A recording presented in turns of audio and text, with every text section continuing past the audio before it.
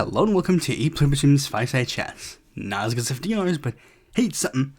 Now, this episode is going to be dealing with an interesting party. A party that has been ever so fascinating ever since I started this show. A party that you would think would be more popular, but, well, actually, scratch that. You probably wouldn't think it would be more popular, but I thought that it might be a bit more popular, but whatever. We'll get to that part when we get to that part, why I think it could have been more popular than it should be. But before we get into that, let's get right into the news.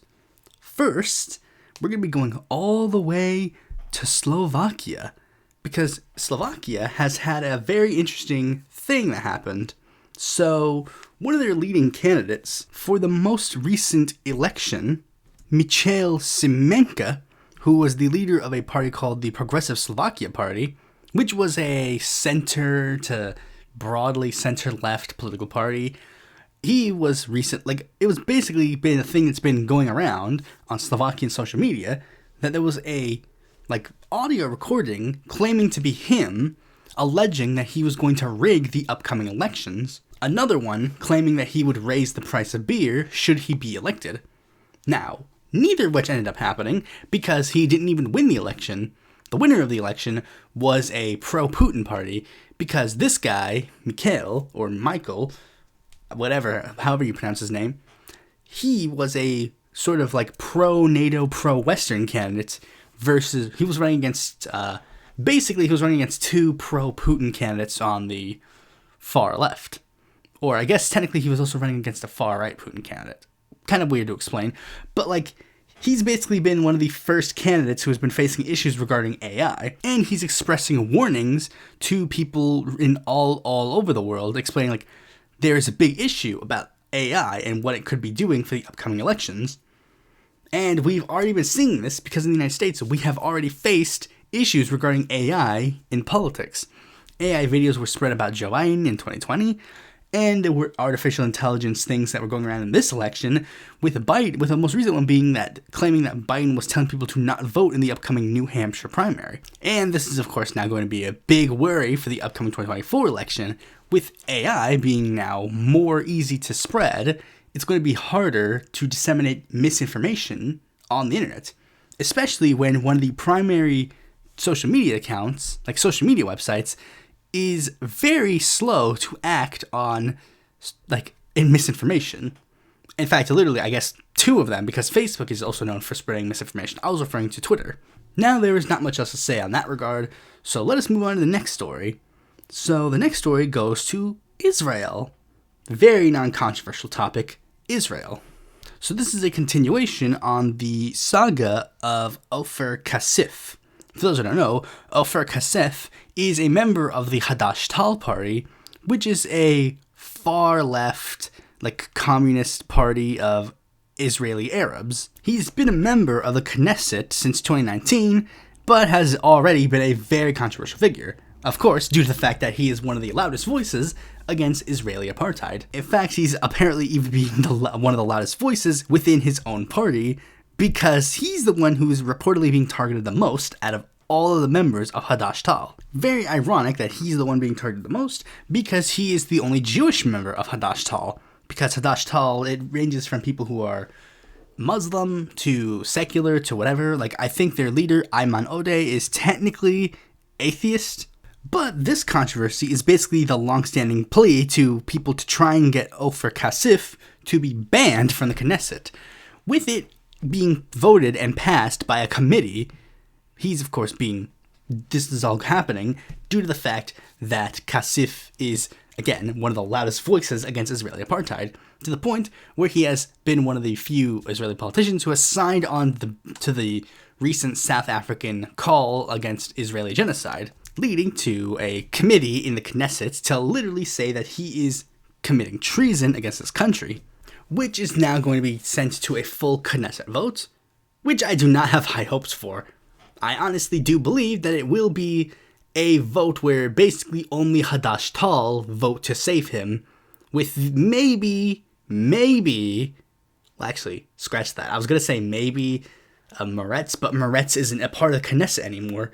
So yeah, I think it will literally just be Hadash Tal who will vote to keep him in, and then everyone else will vote to kick him out.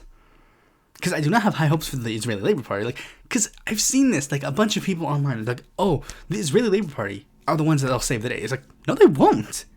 These guys are as complicit in the genocide of Palestinians as the fucking Likud. This situation did not magically start when Benjamin Netanyahu got into power.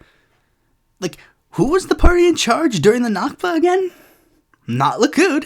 And there's absolutely no indication that the Labour Party has ever changed in this regard. Again, they're basically softer in certain regards. I think some things would be different. They probably wouldn't expand into Palestinian territory. I think they would have kept the borders as it is. That's basically the only thing that you can give them. But in this current situation, they're basically just going to sign off on everything that Benjamin Netanyahu is doing.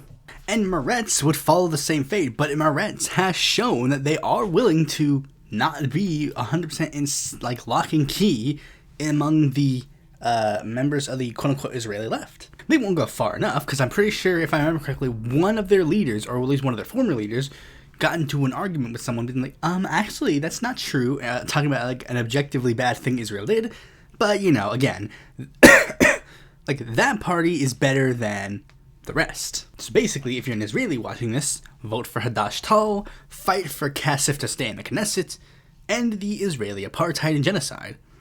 Anyways, next news story is one of the biggest news stories, probably. It's the biggest foreign news one, at least.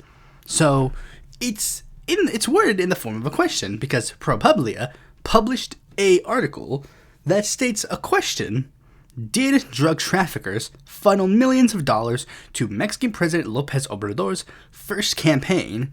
And the article then goes on to state a lot of, quote-unquote, things that they claim that happened during AMLO's first campaign, alleging that there was potentially a link between drug traffickers and AMLO's presidential campaign, stating that the DEA was going to go so far as to investigate AMLO's candidacy, but pulled out at the last second because they were worried that doing so would look bad optically, having the DEA investigate a presidential candidate of a foreign country, accusing it, be like, oh wait, they're trying to think we're trying to meddle in their elections. Now, there's actually a reason why the article is worded in such a way. It's because technically it's one of those things where it's it's not necessarily 100% there, because as I mentioned, the investigation halted at some point because, and according to the article, it states right here, according to the article, it says, quote, after going over the recordings, the New York prosecutors were underwhelmed, former officials said. For such a sensitive and risky case, they felt the evidence needed to be nearly irrefutable. So basically, there were some alleged links between the two groups, but nothing really could definitively be drawn. It wasn't a damning thing. As it says, they're alleging and think, did they funnel millions of dollars in the Mexican President López Obrador's first campaign? But we are seeing another thing. People are wondering, why is this story coming out now of all years? Why didn't it come out in 2012 or 2018? When AMLO was running for presidency those two times. Why didn't it come out, at some point in AMLO's administration? Why is it coming out now? Well, there's one interesting thing that I found very weird. You see, coincidentally, before this story dropped, AMLO was publicly criticizing Felipe Calderon. And why was he critiquing Felipe Calderon? Well, it was because he was publicly criticizing not just Felipe Calderon, but also Felipe Calderon's security minister, General Garcia Luna, who is well known for his connections to the Sinaloa cartel. So coincidentally, right around the time that AMLO is trying to paint the opposition as being cozy to drug dealers, all of a sudden, now, the Western media wants to paint AMLO and his party as being cozy with drug dealers. Now, there's also this really good thread that kind of goes all in it by Kurt Hackbarth. Now, Kurt Hackbarth he goes basically all in on it, and he goes way harder than even I would give it credit for. Where one part even goes so far as to say that one of the sources that they cite there, one of the damning sources that they cite, is Roberto Lopez Najada, who is basically not that much of a reliable source. There was another source in here that was also considered a quote-unquote reliable source, but unfortunately, that person has since disappeared, and we can't find them, so literally, there is nothing to do.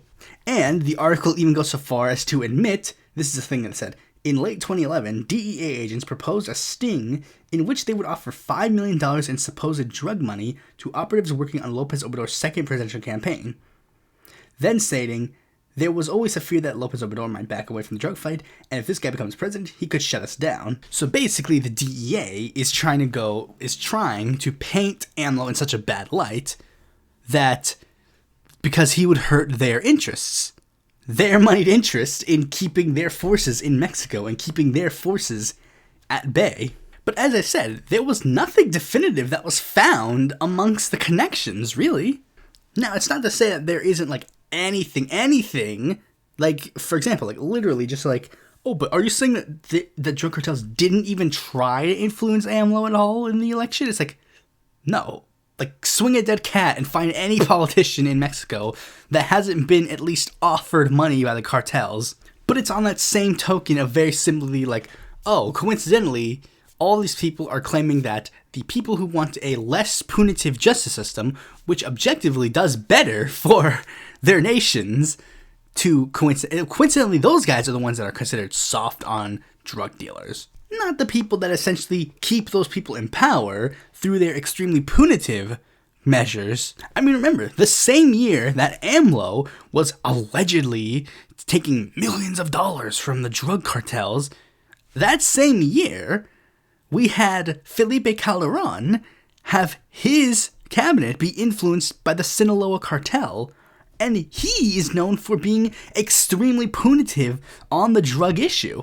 And it shocks me not at all that this issue is coming up coincidentally around the same time that we have one political party in America that is very just openly talking about using the DEA to invade said independent nation and fix the problems that they allegedly have. This has even gotten to the point where it started spreading to the other political party, because now we have people like Roland Gutierrez, who just openly state that they also want to invade Mexico with the DEA, literally saying, and I quote, sending special forces in there like we did with Colombia. And I'm sure when they're there, they're only going to be the most well-intentioned people there. So yeah, don't buy into the BS. Morena 2024, babies. Speaking of 2024 babies, there's also another one of these fake scandals that are being spread around by mainstream media to discredit left-wingers. This time, it's a United States one, and that is Cori Bush. You see, Cori Bush is currently under investigation by the Justice Department over security spending. Here's the story. The Justice Department is investigating Democratic Representative Cori Bush over the potential misuse of funds for her personal security services, the Missouri Democrat confirmed Tuesday. In a lengthy statement issued after news of the federal probe emerged, Bush said that she and her team are fully cooperating with the investigation. First and foremost, I hold myself, my campaign, and my position to the highest levels of integrity. I also believe in transparency, which is why I can confirm that the Justice Department is reviewing my campaign spending on security services. Basically, the allegations are that Cori Bush, allegedly, took some campaign finances and then funneled it into her own personal security firm. Because yes, Cori Bush has her own personal security firm. And there was one small issue that seemed like a little sussy baka when it was discovered that Cori Bush actually would then end up marrying the head of her security staff. So basically, they just have to look in that to figure out what the heck is going on. Now, right-wingers have tried to be incredibly brain-dead when they try to tackle this subject, because they've said a lot of things that they think they're the big boy brains in this group. But then when you actually figure out what they're saying, you realize they are legitimately more brain-dead than Terry Schiavo. First, you have people on the left who rightfully point out that Cori Bush is being attacked and being alleged and being looked into the Justice Department over this. Meanwhile, people in the government that literally advocated for the actual literal deaths and murders of political opponents and actively campaigned for an insurrection against the government that they are elected to, they get to walk free.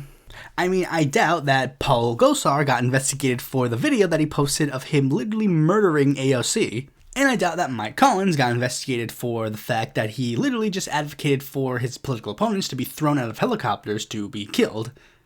Or the fact that Lauren Boebert was literally tweeting where representatives were on the January 6th insurrection. Fascist brain-dead idiots then typing, I thought everybody was going to be held accountable. It's like, they're literally pointing out the fact that not everybody is being held accountable.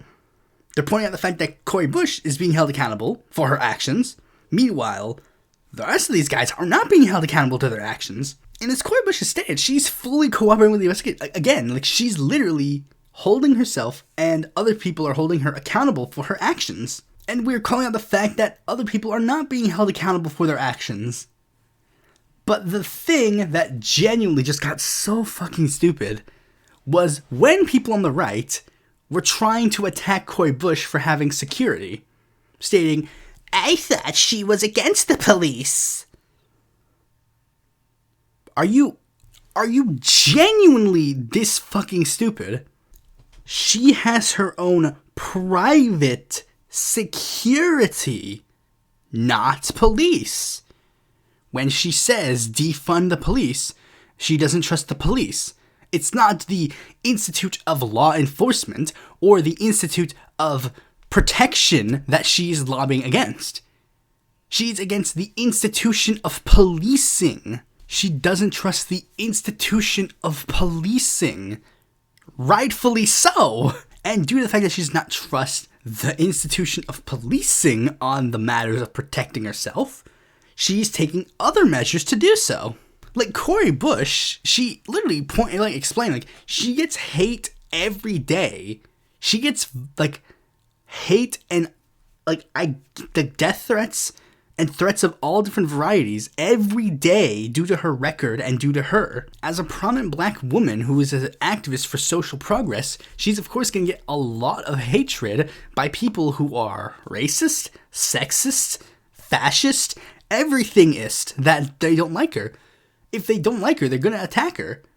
And she doesn't feel safe by relying on an institution that I guarantee you is also sending her this hate mail. I guarantee you a majority, if not at least a quarter, at the very, very least, a quarter of the people who are sending Cori Bush death threats are people in the policing industry. I guarantee you. And that is when I lowball it. Highballing it, at least half. Because the institution of policing is not so kind to African Americans or minorities of any kind. So African American activists and African American politicians learn to find routes outside of the policing to help them. The Black Panther Party was founded literally to hold the police in their areas accountable to their actions. Police the policeman.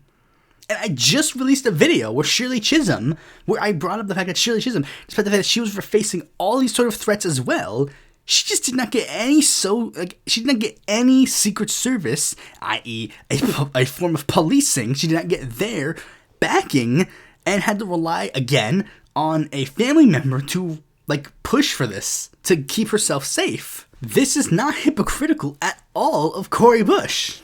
And it makes complete and utter sense for Cori Bush to do this. If the Black Panther Party was still around, they would be her security force. In case you can tell, I am 100% on Cori Bush's side right now. Cori Bush is literally one of the most effective and prominent members of the squad. Literally, just look at the squad, and it's literally just they don't really have that many L's. The squad in and of itself does not have that many L's. But if they had W's, they would have two types of W's. On one end, they'd have people like Cori, Rashida, and Ilhan, and then they'd also have AOC and Kassar and Bowman. Basically two tiers, absolute W's and then partial W's. Not partial W's, but I guess capital and lowercase W's. But I will say, this is a good lesson to a lot of people, because this genuinely makes me realize that I do 100%, because very early on this channel, I did have this stupid ambition, maybe one day I will run for office. But I think after this drama, I really don't think I will. Because genuinely, I just can't see myself getting in this position and then not making a similar fuck up like this. Like, there was another local official, like in Oregon, and they made a similar mistake where it was like, they were filing their, like, campaign finances a little late, and they explained that the reason why was because they were young and they didn't know how to write checks. The price you have when normal people have to get into office. Anyways, with that out of the way, let's move on to the main topic of this video. Now, this episode is, of course, going to talk about a political party that I have a problem with. I was a little afraid of doing this episode initially, but at this point, I think it's good enough to do it. Anyways, let's just get into it. The United States Pirate Party is a political party formed in 2006 to follow other pirate parties that were being formed in that same year. Now, your mind might have already gone to one of two things when I said the U.S. Pirate Party. Like, when you hear the name U.S. Pirate Party, your mind has already went to one of two things. Either, "Arr, matey, shiver me timbers," / Johnny Depp, or you went to, "you would never download a car." The two types of piracy. Or maybe if you're racist, you went to Somali pirates. And if you're actually know anything about the U.S. Pirate Party, this is, of course, delving into sort of the more modern day interpretation of piracy. No, not Somalia. We're, of course, talking about, again, you would not download a car. In case anybody doesn't know that reference, there was a bunch of commercials that were airing in the late 90s, early 2000s that were, like, basically against media piracy, saying, like, you wouldn't steal a car, you wouldn't steal a purse, so why would you download a movie? And a lot of people were making jokes about the fact that that is such a stupid argument against media piracy that literally now the whole meme is, you would not download a car. With the United States Pirate Party, and by extension every other pirate party in the world, basing their entire ideology on copyright reform and internet type stuff, such as net neutrality. Now, I have in fact covered the ideas of copyright and all this other stuff before. There's a tab that I'm putting here, or in the description, or somewhere, or if I don't do that at all, you can just go to my channel and then look in the search bar, like the search bar on my channel, because there's a specific search bar on the channel that you can look at, and you could put the word copyright and maybe it'll pop up, or it'll be in the playlist of the Thinky episodes. And the reason why I'm shouting this video out so much is because I genuinely really like that episode. Because copyright has been an issue that I have kind of known about for a long period of time. Which I'll delve into a lot in the episode, because copyright and fair use have been a thing that's been around on the internet, like, has been a talking point on the internet for a long period of time. Especially since in the areas that I have delved into my online entertainment sphere, such as the YouTube poops or movie reviews, that sort of have this very on and off controversial relationship with fair use and copyright issues, which is what initially led me to even look at the Pirate Party at any point with any serious contention, because it's like their whole focus was a party exclusively on the copyright issue. And yeah, I genuinely liked that idea. I didn't necessarily know the ins and outs of the Pirate Party's philosophy regarding copyright, but they basically just said the magic words, copyright reform. And, good enough for me. And the U.S. Pirate Party's gone through a lot of different tenures during its lifetime. There was the initial formation, which was basically kind of a formation for a lot of other worldwide pirate parties. Then the 2010s was kind of when they changed that a little bit. And then they kind of went into a bit of a dormancy until around 2020 when they started picking up momentum again. Now, one interesting thing about the Pirate Party is the fact that they are rather amorphous in regards to their actual ideology. For a long period of time, their copyright issue literally being their sole, stance in regards to copyright. Their sole stance in regards to their platform. But their philosophy was that the copyright and sort of intellectual property reform would then trickle down to other facets of their platform. Like checking out their platform now, opening up government. Here's their part in full. In order for citizens to control their democratic destiny, we need to know what our government is doing and which special interests are influencing our public elected officials. Increasingly, government officials ignore open meeting calls, make deals favorable to corporations behind closed doors, and sell off your public information to private interests. Some state laws prevent people from recording public officials on their duties, such as police officer making an arrest.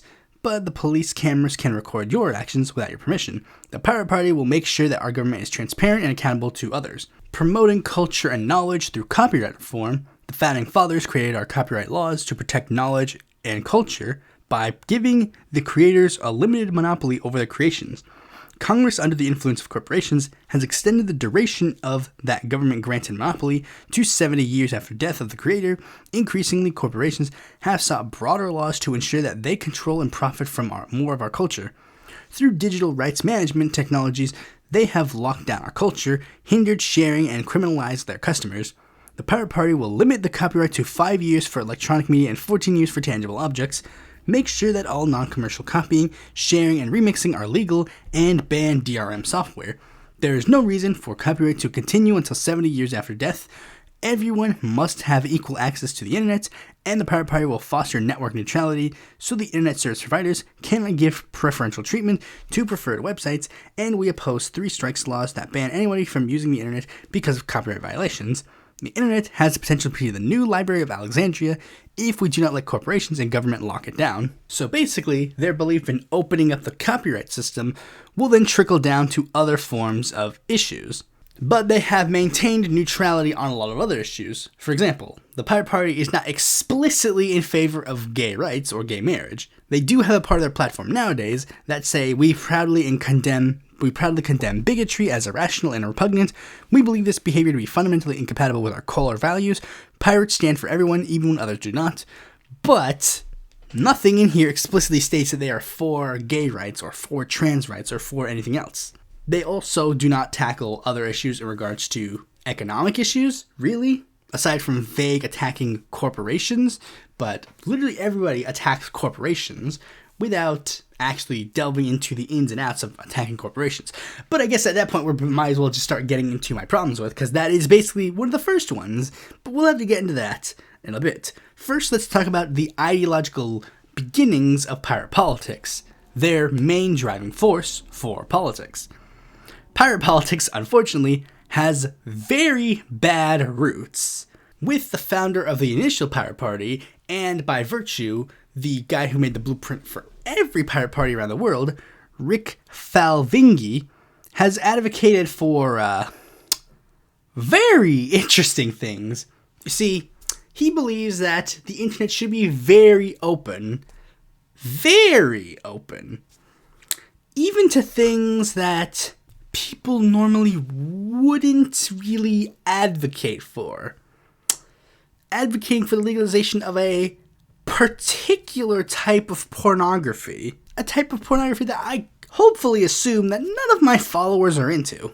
Literally advocating for that type of material to be legal right smack dab in the Swedish Pirate Party's manifesto. So,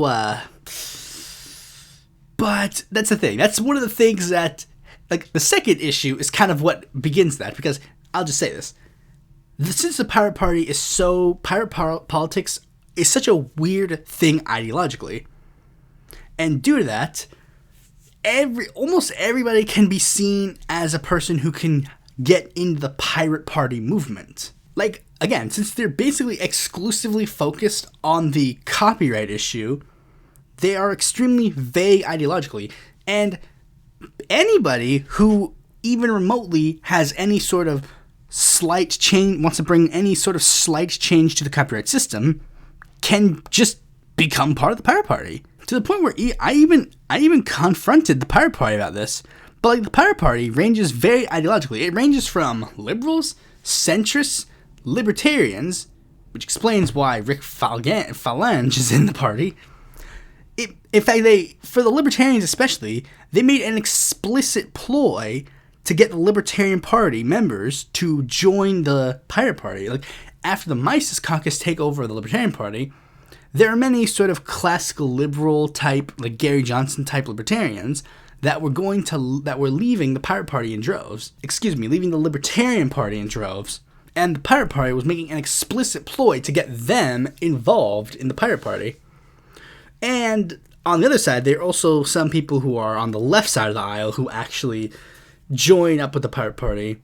progressives, socialists, communists, people that, again, would have general criticisms of the current United States copyright system. Even, I assume, a conservative who has criticisms of the United States copyright system would probably be allowed to join the Pirate Party, no questions asked. Maybe not until maybe until recently because of that explicit anti-bigotry platform, but we can't be sure. And that comes with two big problems. For one, listen to that list of ideologies again. Liberals, centrists, libertarians, progressives, socialists, communists. Those ideologies are not compatible at all, and yet you're going to bring all these ideologies together into one party and be like, yeah, we're going to do this. Because, as we know, this works so well.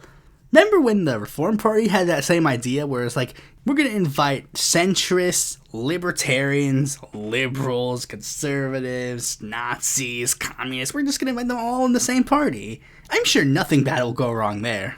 But the second issue is one that I genuinely cannot really understand truthfully. The fact of the matter. Because that's the thing. Copyright reform, again, is such a vague thing. Like liberals, centrists, libertarians, progressives, socialists, communists, all those people can advocate for copyright reform, and I'm sure a lot of them would even think that they do believe in some form of copyright reform. But when you actually think about it logistically, literally only the latter two can actually address the United States copyright issue, and the rest of them ignore and vicariously support the reason why the copyright system is as it is now. And it's the same thing with this vague, anti-corporate attitude.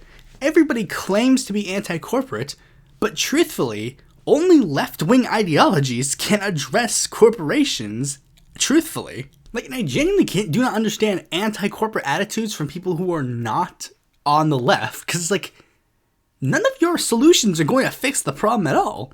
Let's look at this purely from the copyright standpoint.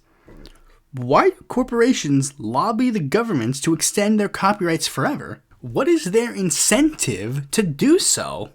And what is the actual plan to remove that incentive? Let's look at this part of their platform, fostering innovation by abolishing patents.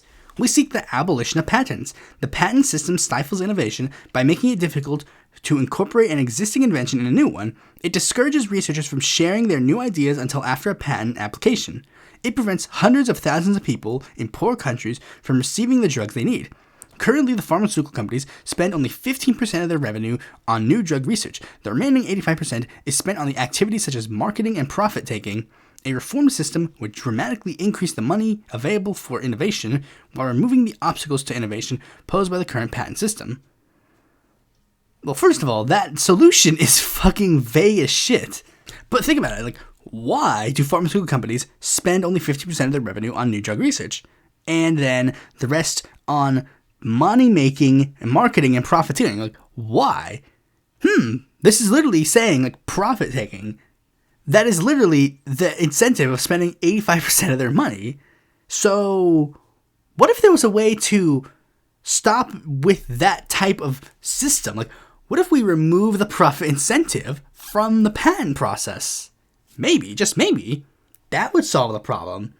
But of course, that's not going to be a solution that you're going to see from liberals, centrists, and especially not fucking libertarians, who believe that the profit margin, the profit incentive, is the only thing that drives innovation. Why do internet service providers lobby hard for the ability to sell preferential treatment to their algorithms? And, even in a broader sense, think about it. Why is it more profitable to market the same intellectual... again, why do the corporations lobby hard so that they can keep the intellectual property forever? Because they know for a fact that this intellectual property that they currently have is what makes money. Disney lobbied hard to get Mickey Mouse to stay within their ranks forever because they knew for a fact that that was a moneymaker, and they didn't want anybody else to even remotely profit from that. Even though, funnily enough, a lot of the projects that I have seen involving Mickey Mouse after he went into the public domain have been non-profit in nature. The root cause of all of this is capitalism. And just pretending that that isn't the reason, that isn't the issue, is just ludicrous to me. It's not quote-unquote corporatism, because libertarians like to do that thing, where they like to say, oh, no. You see, capitalism's not the problem. Capitalism is good. It's the evil, greedy corporations that are the problem. It's like, you're literally describing capitalism. That's the whole point of capitalism. What are you talking about? The hypothetical fake world that libertarians and capitalists like to believe exists only exists for a short period of time. The second that the next generation happens, that world does not exist anymore. Side rant, bear with me, but Disney is a very prime example of this. They've been stifling creativity for years. Within their own ranks and within their outside ranks, they've been doing it for years. They've held copyrights on characters that they don't have any legal claim to anymore, if at all. And they've used that to basically just hold a stranglehold on a lot of stories and ideas of those characters, basically controlling everything within their company ranks in regards to how the stories are told of intellectual properties that they know they could just milk for years. And a lot of people have noticed this and have been tuning in less to Disney movies and have been more critical of a lot of Disney properties. Their films not really getting a lot of good reviews at the moment. Their shady practices as a company being very detrimental and looking bad to them for a lot of people. Now, under the so-called capitalist pipe dream, what's supposed to happen is that Disney is supposed to lose all their money. They have to sell all their characters, and they get to open up the world to better, companies that get to actually express their characters in a better way, in a less rigid orthodoxy. But that's not what happened. Yes, this has been Disney's least profitable year, but they're still the biggest media company in the history of the world, and literally nothing is going to change that. Because Disney holds a stranglehold on intellectual properties because they have all the money, and they're going to use that money that you say, as a capitalist, that they have the rights to use that money however they want to. Unless you actually decide to tackle capitalism in and of itself, then you're not going to see any form of copyright reform. Much the same way, if you don't do that, you're not going to see any reforms in regards to electoralism. You're not going to see any reforms into a lot of things unless you actually tackle the root of capitalism. Anyways, that was a bit off track. Back to the Pirate Party. Now, the thing is, the Pirate Party, again, another issue that they had is a minor issue, but again, it's somewhat notable. Their electoral plans, because the Pirate Party, despite the fact that they've been active in the United States for almost 20 years now, they haven't really done much in regards to electoral politics. They've really only technically ran 10 candidates since its foundation, 2 of which were write-in candidates, 1 of which was an informal candidate, and they have stepped into the forte in regards to the presidential race, albeit in very, very, very informal ways, expressing support of Barack Obama after he got elected, and then expressing support for Larry Lessig when he ran for president, even going so far as to claim that if they had a chance, they would give him a ballot line, but unfortunately, they didn't have a ballot line to give him, which is the thing that their last candidate had an issue with, because they also did not have a ballot line to give him. But he still ran with essentially the Pirate Party's support. But unfortunately, that would lead to a very ensuing controversy, which I'm about to relitigate here to the best of my ability. Now, this is actually really not that old, because, literally, this is not that old. You might even remember it to a degree, or you might at least remember some of the people involved in this issue at the moment. Okay, so, we'll just get into it. In 2022, the United States Pirate Party unofficially ran a candidate by the name of Ethan Osborne in Kentucky District 4, who was the head of the state party. Again, this was a candidate, the party was not on the ballot, so he didn't actually run as a pirate. He ran as an independent, but it was an open secret that he was running as a pirate party. A lot of candidates of minor parties do this when their party's not on the ballot, where they effectively run as their party's nominee, but since they're legally independent, they just run legally as an independent. Now, Ethan Osborne was a very different candidate than the Pirate Party had ever gone to that point. Because at that point, again, the Pirate Party was basically known for basically being a vehicle for libertarians to, progressive liberals. Essentially people who were broadly, center-left of center to a degree, center-right maybe. Again, with the major focus on copyright reform. But Ethan Osborne was very different because he was a borderline, if not officially, a communist. Because this is where it gets a little fuzzy. I don't necessarily know if he officially ran as a communist in that election, but he was basically running as one. And he's an admitted one now. Like, it's not a secret now that he's a communist, but he was basically running as if he was a communist. Ergo, he was the only member of the Pirate Party that actually understood all the stuff that I said prior. Instead of like the vague BS of like, oh, well, maybe we can be hypothetically pro-capitalist, but also anti-literally the thing that is... I don't even understand. Like, it is intellectual property. It is intellectual property. It is in the name. And capitalism is literally like... This is literally the treatment of property as a right. So how is this not any different? Inheritance is a legitimate form of wealth, but not when it comes to these characters. I don't understand why you hold these two standards. But Ethan was able to use this sort of vagueness in regards to the Pirate Party's platform to basically jump right in and go, yeah, I'm basically in this field. I think he even went so far as to use the whole, like, I'm a real libertarian, because of the fact that he was using libertarian in the traditional, like, left-wing sense, as opposed to the American bastardization of libertarian, and used that to basically just fit right in with the Pirate Party. But he had some big ambitions. Not only did he want to take this and then use this to springboard the Pirate Party into relevancy, but he also wanted to springboard the Pirate Party to be way bigger than it ever was, wanting it to basically transform the Pirate Party into joining into a coalition of left-wing parties all across the United States, using a style that we all probably know in BreadTube sphere, the dirtbag left style. Basically, mean, angry words, all caps on Twitter. You're a fascist, evil, blah, blah, blah. We all know the spiel. And you either love it or you hate it. Or you love it when it's used against people you don't like, or hate it when it's used against people you do like.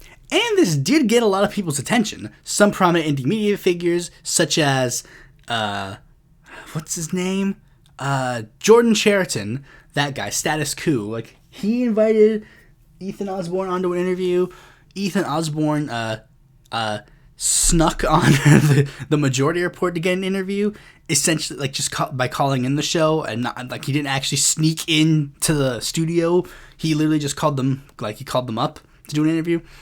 And then he also got involved with the Revolutionary Blackout Network, and I could be wrong, this is for what I remember, because they were said, like, the Revolutionary Blackout Network was trying to do, like, a third-party forum where they're like, we're going to give all these third-party candidates a platform.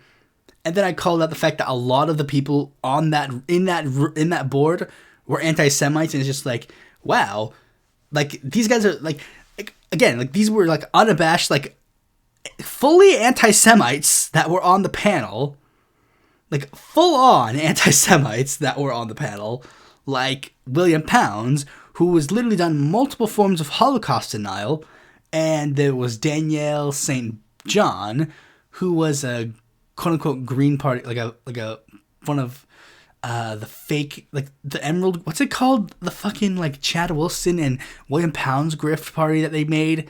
She was a candidate for them in California, and was basically, like, spreading out things like, it's very suspicious that Jews do all these things. Then there was Jason Kishinev, who basically did the Jewish Bolshevism theory, and made claims that members of Congress were Israeli dual citizens, and I called them out for this. Now, there were some other candidates that were involved in the spiel that got really, really mad at me when I called out the candidates that were involved out. But Ethan Osborne wasn't one of them. If I remember correctly, Ethan Osborne actually DM'd me and then was like, yo, can you, like, give me some receipts? And then I sent him, like, the tweet threads that I was showing that explained the whole thing. And I don't know if he still went on the panel, but I didn't hold it against him, really. I'm like, man, I mean, you gotta do what you gotta do to get a platform. I mean, this whole group is a grift, but, like, you know, whatever. Like, I didn't necessarily hold it against him that, like, he went on if he went on the panel anyways. He gave me, like, criticisms of those figures in DM, so I'm like, yeah, okay, at least, because, like, that's all I really needed. Like, any form of, like, actual denunciation of any of their actions. And there were some of the candidates that just did not do that and just flat out was like, well, yeah, but aren't those people the ones who are in charge of banking? It's like, okay, then why is there so many anti-Semites here? Is Ethan Osborne literally the only one who's not anti-Semite here? I don't think I officially supported his candidacy because I think I still had some worries with associations with the Revolutionary Black Hat Network, and also I just wasn't necessarily in the mood to endorse a lot of, like, people that I knew weren't going to win. Like, you know, some Democrats were running for office that weren't going to win, so I didn't really support them, despite the fact that some of their platforms were really good. And a lot of third-party candidates who I would have supported otherwise in any other election year, I didn't support them because I was like, sorry, you got no chance. But I definitely didn't really hate Ethan Osborne's candidacy. In fact, I thought that it would be a good direction of change for the Pirate Party. If the Pirate Party went in that direction, it would probably be a party be worth supporting. However, as I mentioned before, the year of that was also the same year that the Mises Caucus took over the Libertarian Party, which is when, of course, the classical liberals then shifted their focus to find a new political force. And the Pirate Party wanted to open the door to them for a lot of reasons, because they just wanted a lot of people to jump into the party. They were so enthused, like, yes, we want you guys to come to us. But they had one massive problem. Ethan Osborne.